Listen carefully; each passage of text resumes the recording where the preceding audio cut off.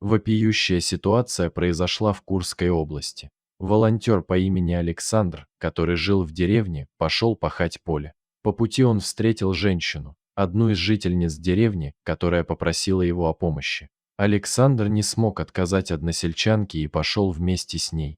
Когда Саша открыл ворота, он впал в ступор и сразу же забыл, с какой целью сюда пришел. Прямо в середине двора стояла грязная будка, почти разваленная. Из будки торчал кусок толстой цепи. Неподалеку стояла грязная маленькая миска, в которой была какая-то мутная жидкость. «Это что за будка?» – задал вопрос Александр. В ответ односельчанка разразилась диким хохотом и потянула за цепь.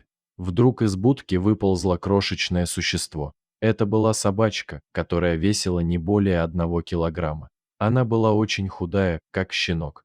Собачка даже не могла самостоятельно стоять, она была очень ослаблена.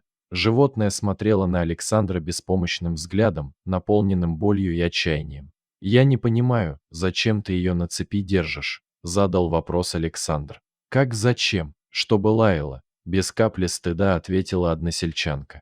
«Пусть охраняет территорию». «Кто? Это Кроха?» – изумился Александр. Саша представил, как крошечное животное целый день таскает за собой тяжелую цепь по будке и гавкает своим тоненьким голоском, чтобы заслужить те помои, которые ей дают. Александр пребывал в шоке. У него был волонтерский опыт, он видел множество разных ситуаций. Однако ему никогда не приходилось видеть, чтобы собаку с весом 1 килограмма удерживали на цепи. И почему она такая истощенная? Неужели нельзя нормально кормить собаку? Ведь у людей есть свое хозяйство. Однако, к сожалению, это не редкость.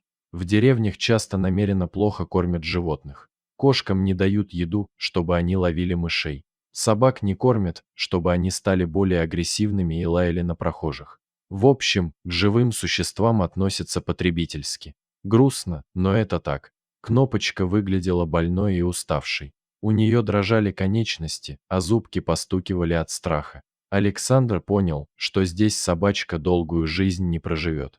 Он высказал односельчанке свои возмущения и сказал, что забирает Кнопку с собой. Сначала женщина не хотела отдавать собаку, ведь она остается без охраны территории. Однако под напором Александра она сдалась и отдала собаку. «Другую найду. Таких на каждом шагу вагон и маленькая тележка», — крикнула женщина вслед. Сначала Кнопочку забрал Александр. Однако она не смогла долго у него оставаться, потому что в доме много крупных животных. Потом ее взяли девочки Лена и Катя. Когда Кнопка оказалась в уюте и тепле, среди других животных, она сначала выглядела очень удивленно, словно не понимала, что все это происходит наяву. Малышка никогда не знала такой жизни.